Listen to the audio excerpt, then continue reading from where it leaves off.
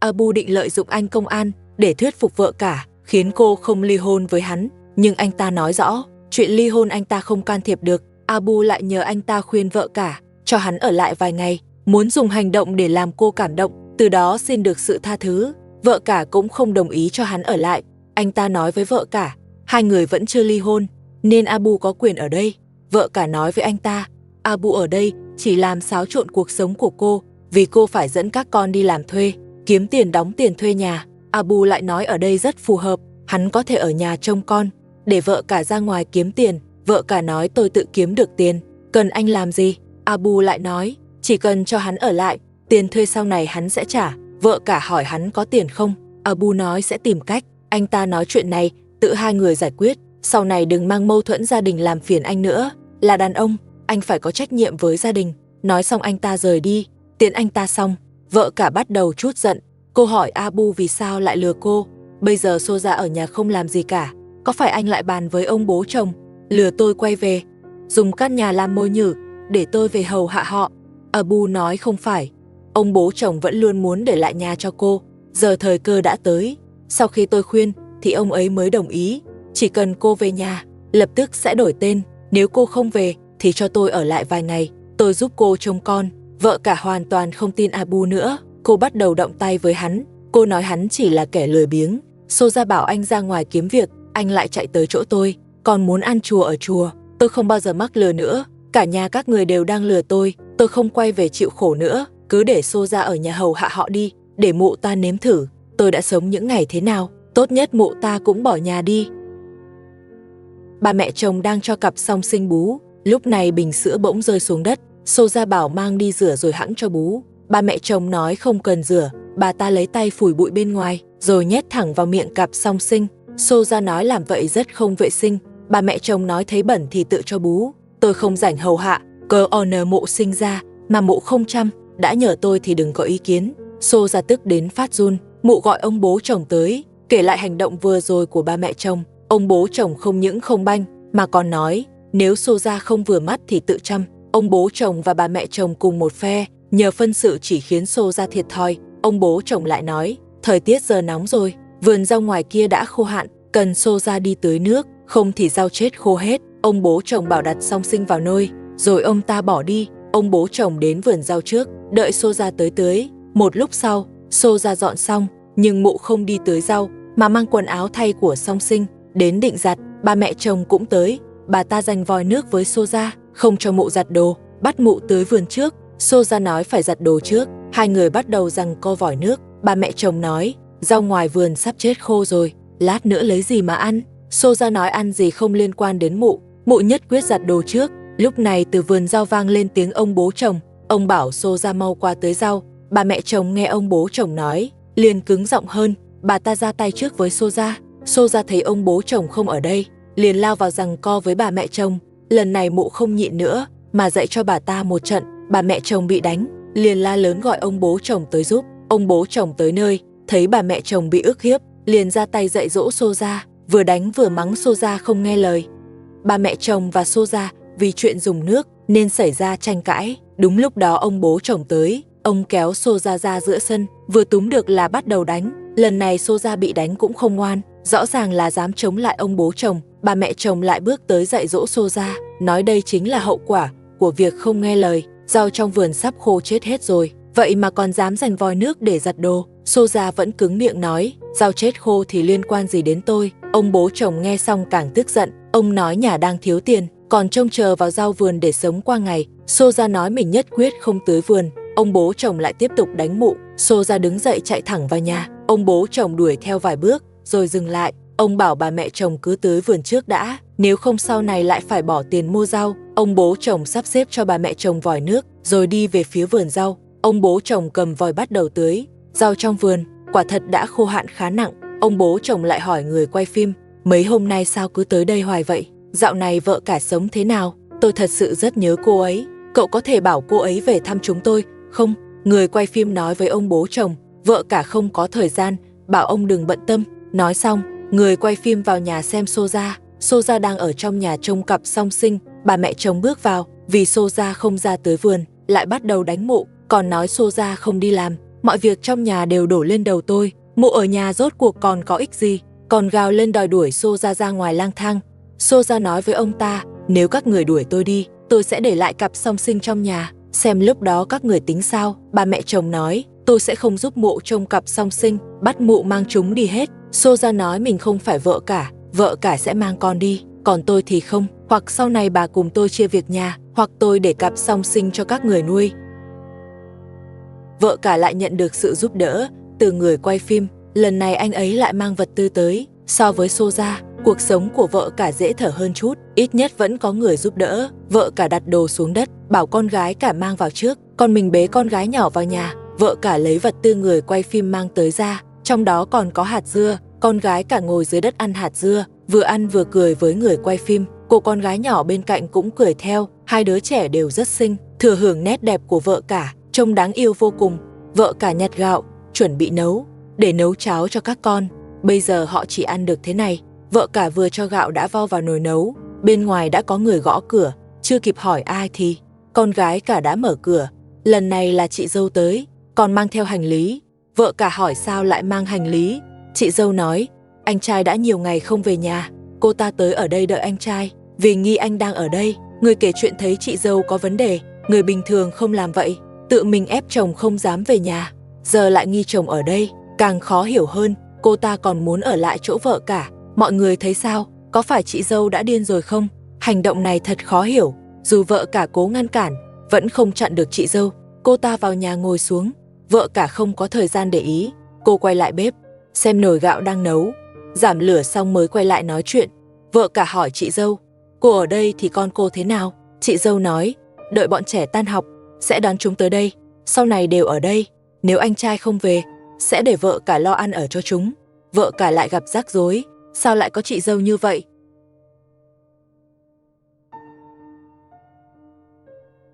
Vợ cả lại gặp phiền phức, chưa từng thấy chị dâu nào như thế, tự tay đuổi chồng ra khỏi nhà. Giờ chồng không về nữa, không tìm được chồng, lại chuyển sang ở nhà vợ cả, còn bắt vợ cả lo ăn ở. Không chỉ mình cô ta và cả con cái, coi vợ cả như quả hồng mềm. Vợ cả muốn đuổi cô ta đi, nhưng chị dâu sức rất khỏe, chẳng ai là đối thủ của cô ta, huống chi là vợ cả. Chị dâu còn đe dọa vợ cả, nói nếu muốn cô ta rời đi thì gọi anh trai tới đón, và bắt anh trai đưa hết tiền kiếm được, còn bắt anh trai hứa sau này về nhà ở, mỗi ngày đều phải nộp tiền công cho cô ta. Chị dâu quá bá đạo, thật sự quá bắt nạt người khác, còn đáng sợ hơn cả bà mẹ chồng. Vợ cả vừa cãi nhau và vừa đi nấu ăn, nếu không cháo sẽ khê mất. Người quay phim nhân lúc chị dâu sơ ý, liền qua lấy hành lý của cô ta, nhưng bị chị dâu phát hiện. Cô ta giật lại hành lý từ tay người quay phim. Người quay phim cũng khuyên chị dâu đừng làm khó vợ cả nữa. Chị dâu nói mình mới là người đáng thương, giờ chồng không về nhà, cô ta cũng không có tiền tiêu, còn nghi tiền anh trai kiếm được đều đưa cho vợ cả. Vợ cả nghe bị vu oan liền giải thích, nói mình không lấy tiền của anh trai, chỉ là chị dâu nói bừa. Để chứng minh mình nói thật, vợ cả mượn điện thoại người quay phim, rồi gọi cho anh trai, hỏi anh đang ở đâu. Anh trai nói đang làm việc, hỏi có chuyện gì. Vợ cả kể chuyện chị dâu tới gây rối. Anh trai bảo chị dâu về nhà trước, có gì về nhà nói sau. Chị dâu nói mình nhất quyết không về, bắt anh trai tới tìm, nhớ đòi chủ thanh toán hết tiền công. Anh trai nói công việc còn mấy ngày nữa mới xong, giờ chủ không trả tiền. Chị dâu lại nói cô ta sẽ ở lì nhà vợ cả đợi anh tới rồi mới chịu đi. Trước chị dâu cứng đầu như vậy, anh trai cũng không còn cách nào, xem ra chị dâu thật sự sẽ ở lại đây. Con gái cả kéo hành lý ra ngoài, vợ cả cũng giành hành lý với chị dâu, muốn đuổi chị dâu đi. Chị dâu vẫn mặt dày bám trụ, nói không gặp anh trai thì không đi. Gặp người mặt dày rồi, chưa từng thấy ai dày đến vậy. Cô ta còn nói vợ cả không có quyền đuổi, tự nhận mình là khách, bắt vợ cả phải đối đãi tử tế. Vợ cả tức đến phát điên, vẫn cầm hành lý ném ra ngoài. Chị dâu lại lao theo, tiếp tục giành giật hành lý. Chị dâu quá lì lợm, vợ cả đánh cũng không lại, đuổi cũng không đi. Sao vợ cả cứ gặp toàn người như vậy? Trước ở nhà bị bà mẹ chồng và Soja bắt nạt, giờ ra ngoài thuê nhà ở, lại gặp chị dâu kỳ quặc thế này. Số phận vợ cả thật quá khổ. Chị dâu thoát khỏi vợ cả, rồi thấy nồi cháo trong bếp, nói đúng lúc đói muốn ăn cơm. Vợ cả nói trong nhà chỉ còn chút gạo này, ăn xong thì chị dâu đi, nếu ở đây thì sẽ phải chịu đói. Chị dâu nói vợ cả ăn gì thì cô ta ăn nấy. Chị dâu đúng là kỳ quặc, anh trai hiền lành như vậy, sao lại lấy người vợ như thế, cao to béo và ngang ngược. chỉ có thể trách vợ cả và anh trai, đều chọn sai người. Hai anh em đều sống không dễ dàng, vợ cả bị ba mẹ chồng bắt nạt, anh trai bị vợ bắt nạt, cả hai đều bị đuổi đến mức không nhà để về. Chị dâu bảo vợ cả chấp nhận số phận đi, nói mình không ở chùa ăn trực, nếu Abu tới gây rối, cô ta sẽ đuổi hắn đi. Chị dâu đúng là có thực lực, vợ cả nói cô và Abu tôi đều không hoan nghênh, vừa nói vừa cầm chổi đánh chị dâu. Chị dâu giật lấy cây chổi, bắt đầu dọn dẹp nhà cửa, nói từ nay chúng ta sẽ sống cùng nhau, tôi có thể giúp vợ cả làm việc nhà. Vợ cả không phải không muốn đuổi chị dâu, mà là không đuổi được, đành đồng ý cho chị dâu ở lại. Chị dâu tuy vô lý, nhưng cũng khá chăm chỉ, cô ta giúp dọn xong nhà, rồi lại dọn bếp, dù cô ta ở đây, cũng giảm bớt gánh nặng cho vợ cả, họ thật sự phải nghĩ cách giải quyết. Hôm nay vợ cả bị chị dâu đánh bị thương, bộ mặt thật cuối cùng cũng lộ ra. Sáng ăn xong bữa sáng, chị dâu bảo vợ cả đi nghỉ ngơi, một lát cô ta sẽ rửa bát. Vợ cả ra phòng khách trông con gái nhỏ, chị dâu cũng theo ra. Cô ta hỏi nhà sắp hết hạn thuê rồi, tiền thuê nhà có chưa? Vợ cả nói vẫn chưa có, còn không biết tính sao. Chị dâu nói thảo nào anh trai không về nhà, cũng không đưa tiền cho tôi, hóa ra để dành đóng tiền thuê cho cô. Vợ cả nói không có, tôi đã nói không lấy tiền của anh ấy. Chị dâu nói cô không lấy tiền, vậy sao anh ấy không đưa cho tôi? Chắc chắn có vấn đề, hoặc là cô đang lừa tôi, hoặc là anh ấy có người khác. Vợ cả nói chị dâu oan cho anh trai, anh ấy không phải người như vậy. Cờ nờ vì sao không đưa tiền cho chị, tôi cũng không biết, dù sao tôi cũng không lấy tiền của anh ấy. Chị dâu nói đã vậy tôi cũng yên tâm, tôi ở đây đợi anh ấy tới tìm cô, tiện thể giúp cô làm việc nhà. Cô ta bảo vợ cả ra ngoài dọn sân, còn mình đi rửa bát. Nói xong chị dâu vào bếp làm việc, vợ cả sắp xếp xong cho con gái nhỏ, rồi ra ngoài làm việc, dọn xong sân, vợ cả quay lại giúp chị dâu. Chị dâu bảo mình làm được, bảo vợ cả đi lau cửa sổ, vợ cả ra ngoài bắt đầu lau. Chị dâu làm xong cũng ra, nhưng không phải để giúp, mà kéo chiếc thang vợ cả đang đứng, vợ cả ngã từ trên xuống. Rõ ràng chị dâu cố ý, cô ta không đợi vợ cả đứng dậy, lại tiếp tục bắt nạt, còn nói vợ cả đang nói dối. Anh trai chắc chắn đã đưa tiền cho cô sợ tôi đòi tiền nên không dám nói. Cô ta bắt vợ cả mau đưa tiền ra. Nhiếp ảnh ra tới can ngăn và nói, anh trai thật sự không đưa tiền cho vợ cả, đồ sinh hoạt của vợ cả đều do nhiếp ảnh ra cung cấp. Chị dâu không tin, cô ta nói nhiếp ảnh ra và vợ cả thông đồng, hôm nay phải lấy tiền cho bằng được, hoặc gọi anh trai tới đối chất. Mục đích thật sự của chị dâu ở lại, cô ta không phải muốn giúp vợ cả làm việc nhà, mà là muốn thông qua vợ cả lấy tiền từ tay anh trai. Âm mưu của chị dâu đã thành công, cô ta kéo chiếc thang dưới chân vợ cả, khiến vợ cả ngã từ trên cao xuống.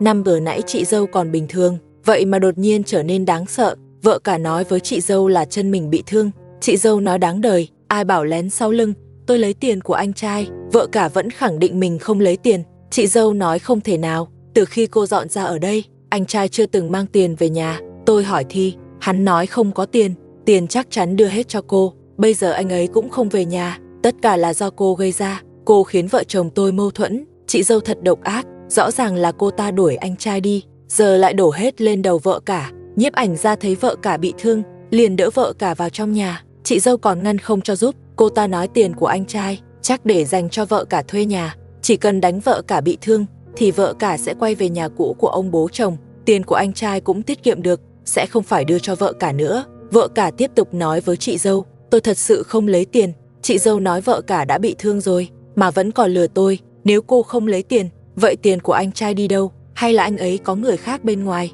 Cô ta bắt vợ cả nói ra anh trai đang ở đâu. Vợ cả nói, tôi thật sự không biết anh ấy ở đâu. Hôm qua, chị không phải đã gọi cho anh ấy, sao? Anh ấy nói đang làm ở công trường mà. Chị dâu nói hôm qua tôi gọi rồi. Vậy sao anh ấy không về? Có phải cố tình trốn tôi không? Nhiếp ảnh ra nói vợ cả đã bị thương, nếu còn không đi tôi sẽ gọi cảnh sát. Chị dâu nói dám gọi thử xem, tôi sẽ đập vỡ điện thoại của anh. Chị dâu thật quá đáng, ai gặp loại vợ này cũng không dám về nhà. Cô ta động tí là đánh người. Lần trước, vì anh trai trả tiền thuê nhà cho vợ cả, cô ta còn đánh gãy tay anh ấy. Anh trai trốn tránh là đúng, nhưng không tìm được anh ấy, lại quay sang tìm vợ cả. Số vợ cả đúng là xui xẻo. Nhiếp ảnh ra hỏi vợ cả có cần đi bác sĩ không. Vợ cả nói, chân chắc chỉ bị trẹo, tạm thời chưa cần đi bác sĩ. Nhiếp ảnh ra bảo vợ cả nghỉ ngơi trước và cảnh cáo chị dâu không được làm loạn. Vợ cả bị ngã chân bị thương, nhiếp ảnh ra mang nặng tới cho cô. Chị dâu nhìn thấy thì khó chịu, cô ta trách nhiếp ảnh ra vì sao giúp vợ cả. Cô ta còn nói, cô ta trông chờ vợ cả bị thương, sẽ rời khỏi đây. về sống ở nhà ông bố chồng. Bây giờ thì hay rồi, có nạng rồi. Vợ cả chắc chắn không chịu đi. Vợ cả không cho cô ta trách nhiếp ảnh gia. Chị dâu nói với cô, từ nay không cho ai giúp cô nữa, trừ khi cô rời khỏi đây. Vợ cả nói mâu thuẫn của chị thì đi tìm anh trai giải quyết, cớ gì cứ làm phiền tôi. Chị dâu nói chỉ khi cô rời đi thì anh trai mới đưa tiền cho tôi, nếu không anh ấy lại đem tiền cho cô trả tiền nhà, tôi sẽ không có đồng nào. Cô ta vào nhà tát vợ cả. Vợ cả nói dù phải lang thang đầu đường xó chợ cũng không lấy tiền của anh trai. Chị dâu cảnh cáo cô, nếu để tôi biết cô lấy tiền anh trai, tôi sẽ không tha cho cô. Sau đó cô ta lại giật lấy cây nạng của vợ cả, bắt vợ cả đưa nạng cho mình. Vì có nạng rồi, vợ cả có thể đi lại bình thường. Cô ta không chỉ đánh vợ cả mà còn định giam lỏng cô. Chị dâu đúng là đồ khốn. Đúng lúc họ đang cãi nhau, Abu tới, thấy vợ cả chống nạng, liền hỏi xảy ra chuyện gì. Vợ cả như thấy được cứu tinh, nói mình bị chị dâu đánh. Abu vẫn còn ra dáng đàn ông, anh ta bắt đầu đánh chị dâu. Chị dâu to con hung hãn, không dễ bị bắt nạt như vợ cả, giằng co một lúc cũng không phân thắng bại. Abu hỏi chị dâu, tại sao cô làm hại vợ cả? Chị dâu nói anh trai đưa hết tiền cho vợ cả, tôi không lấy được tiền nên đánh cô ta. Abu đuổi chị dâu cút đi, nói vợ cả không hề lấy tiền. Chị dâu khẳng định chính vợ cả lấy, cô ta tiêu hết tiền anh trai kiếm được, khiến tôi không có tiền tiêu. Abu cảnh cáo, cô không đi tôi sẽ động tay. Nói xong họ lại tiếp tục giằng co, từ trong nhà kéo ra ngoài. Chị dâu vẫn không chịu đi, cô ta nói với Abu, anh vội đuổi tôi đi, có phải anh cũng lấy tiền anh trai? Abu mắng chị dâu là chó điên, anh trai sao có thể đưa tiền cho tôi? Lúc này vợ cả nhắc Abu, hành lý của chị dâu còn trong nhà, bảo anh đi lấy ra. Ông bố chồng lại bắt đầu gây chuyện, ông chỉ lên đồng hồ hỏi Soja nhìn đi, đã 11 giờ rồi, sao còn không ra làm việc, nhà này không nuôi kẻ rảnh rỗi, mau giặt hết quần áo ngoài sân đi. Soja nói mình không phải không muốn làm, vừa rồi còn chăm sóc song sinh. Ông bố chồng nói Soja lười biếng, nên học theo vợ cả, chăm chỉ như cô ấy. Soja nói vợ cả chăm vậy, cũng bị ông đuổi đi thôi. Ông bố chồng nói không phải ông đuổi, là bà mẹ chồng và Soja đuổi. Biết vậy đã nên đuổi mày, nếu còn thế này nữa, ta sẽ gọi vợ cả về, cờ hờ ông mày ra đường lang thang. Ông bố chồng chỉ mơ chuyện đẹp, dù có đi đón vợ cả, cô ấy chưa chắc chịu về. Chỉ cần Abu không nói chỗ ở, ông chắc chắn không tìm được, vì nhiếp ảnh gia không định nói. Soja bị mắng xong, lại bị đuổi đi giặt đồ. Ông bố chồng còn giục nhanh lên, bữa sáng nay còn chưa nấu. Soja nói việc gì cũng bắt tôi làm, sao không để ba mẹ chồng nấu, tôi cũng cần nghỉ ngơi, các người quá bắt nạt. Nói xong Soja cúi đầu khóc. Ông bố chồng nói khóc không ích gì, mau giặt xong quần áo, rồi làm việc khác. Ta cũng mệt rồi, ta về nghỉ đây, đợi ta nghỉ xong, mày phải bưng cơm cho ta. Nói xong ông bố chồng vào nhà nghỉ. Soja đành tiếp tục giặt đồ. Giặt xong, lại dọn nước đọng ngoài sân, rồi mới có thời gian trông song sinh. Lúc này bà mẹ chồng tới, hỏi Soja sao còn không nấu cơm. Soja nói phải trông song sinh không kịp. Bà mẹ chồng nói, ông bố chồng còn đợi ăn, không thể lấy cớ trông con. Soja nói con cũng cần trông, hoặc bà trông giúp, hoặc bà nấu cơm. Bà mẹ chồng nói, đặt con vào nôi là xong, rồi đi nấu cơm. Soja nổi giận, bắt đầu dạy cho bà mẹ chồng, bắt bà chia sẻ việc nhà. Bà mẹ chồng bị đánh, bắt đầu gọi ông bố chồng cứu. Soja nghe bà gọi, vội chạy vào bếp chuẩn bị nấu. Bà mẹ chồng đứng dậy đi mách. Soja thấy bà đi tố, lại chặn bà lại, cười làm lành xin lỗi, nhận mình sai, xin đừng nói với ông bố chồng. Xem ra Soja vẫn sợ ông bố chồng.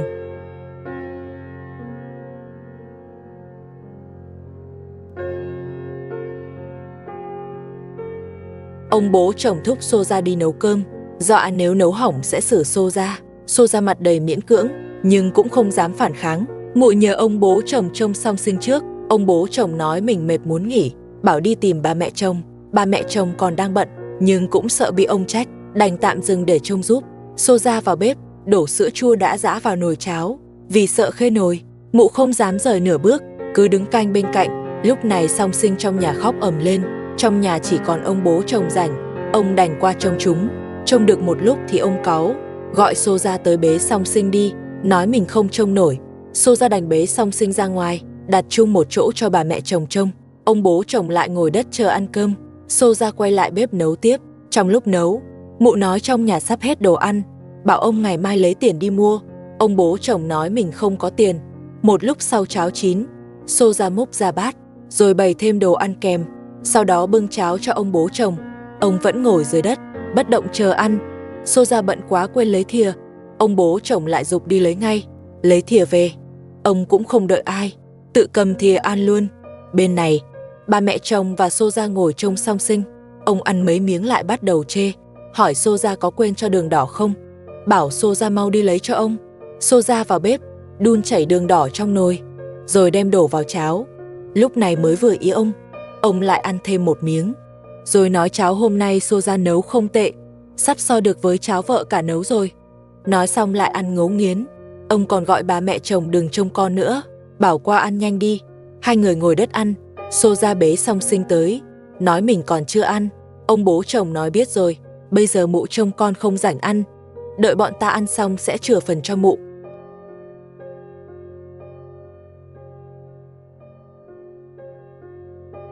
Ông bố chồng giục Soja mau đi nấu cơm.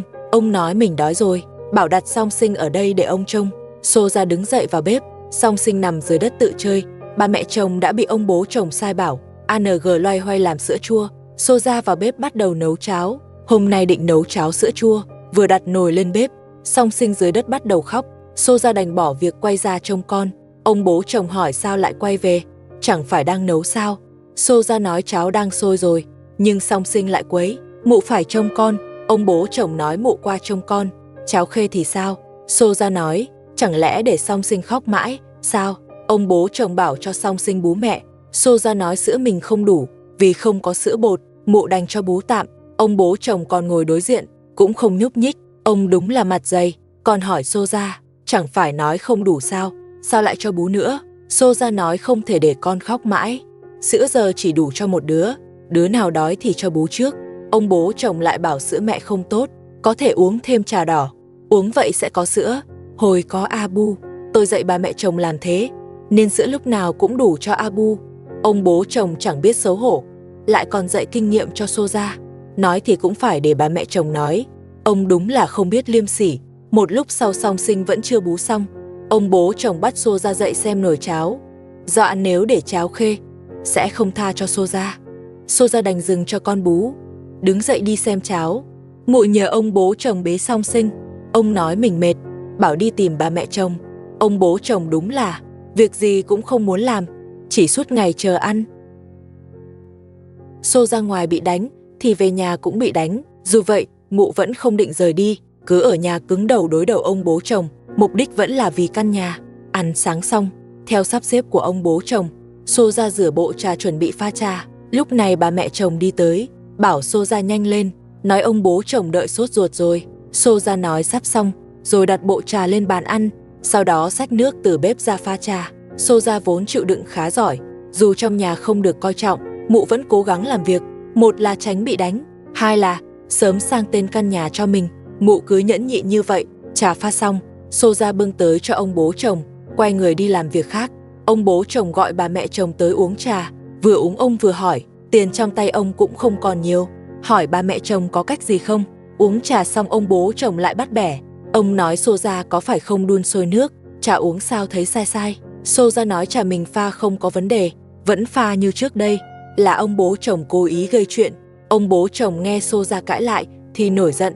Ông đứng dậy đi tìm Soja, nói mụ cố ý không đun sôi nước, mụ muốn tôi uống xong đau bụng à. Soja nói, nếu ông đau bụng cũng không liên quan, trả tôi pha. Ông bố chồng lại ra tay đánh. Ông nói trước đây mụ từng hạ thuốc vợ cả, 6 ạch gì mụ không dám làm. Tôi cảnh cáo mụ, tôi có chuyện gì cũng sẽ tìm mụ, mụ tuyệt đối đừng để tôi uống xong đau bụng. Nói xong ông bố chồng định đi, Soja lại hỏi, rốt cuộc khi nào ông sang tên nhà cho tôi? Ông bố chồng nói ông cũng không biết, khi nào ông nghĩ thông thì khi đó cho mụ. Soja nói mình hầu hạ cả nhà bấy lâu mà ông bố chồng vẫn không cho nhà. Ông bố chồng nói, nếu bây giờ cho mụ nhà, mụ còn hầu hạ chúng tôi không? Muốn có nhà thì phải tiếp tục chăm lo sinh hoạt cho chúng tôi. Ngày tháng của Soja còn khổ hơn vợ cả, bây giờ song sinh còn nhỏ, nếu mụ đi thì cũng không có chỗ nào, ở lại nhà chỉ có bị đánh. Soja bị ông bố chồng dạy dỗ một trận, cũng ngoan ra. Mụ đứng dậy ngoan ngoãn đi dọn bếp. Ông bố chồng bảo bà mẹ chồng đừng uống trà nữa, nước không đun sôi sẽ đau bụng. Bà mẹ chồng bưng chén trà đặt lên bàn ăn. Ông bố chồng lại nói với Soja, sau này pha trà mà không đun sôi nước thì đuổi cả đám ra ngoài. Bà mẹ chồng cũng tức đầy bụng, bà ta cũng qua dạy dỗ Soja, bảo mụ đừng giở trò trước mặt tôi, nếu cơ thể chúng tôi có vấn đề, vẫn là mụ phải chăm sóc. Nói xong, bắt Soja đi lấy cam cho ông bố chồng ăn. Soja lấy cam đưa cho ông bố chồng, quay người định đi. Ông bố chồng gọi mụ đứng lại, hỏi Soja có giở trò gì với cam không. Soja nói, có hay không ăn vào sẽ biết. Ông bố chồng tức giận ném cam về phía mụ. Ông bố chồng sợ Soja hạ thuốc mình. Soja để chứng minh trong sạch. Mụ ngồi xuống đất ăn cam trước. Ông bố chồng nói nhà đang thiếu tiền, bắt Soja nhất định phải tiết kiệm, đun nước nhất định phải đun sôi. Đến khi thấy Soja ăn cam xong, ông bố chồng mới dám ăn. Ông nói sức khỏe mình vốn không tốt, nếu mụ dám giở trò với tôi, đừng nói là cho nhà, sau này ở đây cũng khó. Xem ra, ông bố chồng đã sợ, vì ông hiểu Soja, khi mụ gấp lên chuyện gì cũng dám làm. Ông cũng sợ mình sẽ như vợ cả, bị Soja hạ thuốc. Soja khó lắm mới có cam ăn. Mụ ngồi dưới đất ăn không ngừng. Bà mẹ chồng bảo đủ rồi đừng ăn nữa, cam bị mụ ăn hết rồi. Sau đó Soja bị bà mẹ chồng đuổi đi. Bà ta ngồi dưới đất ăn cam với ông bố chồng. Ăn xong bà mẹ chồng đi tìm Soja xin giấy. Soja đập giấy vào tay bà mẹ chồng.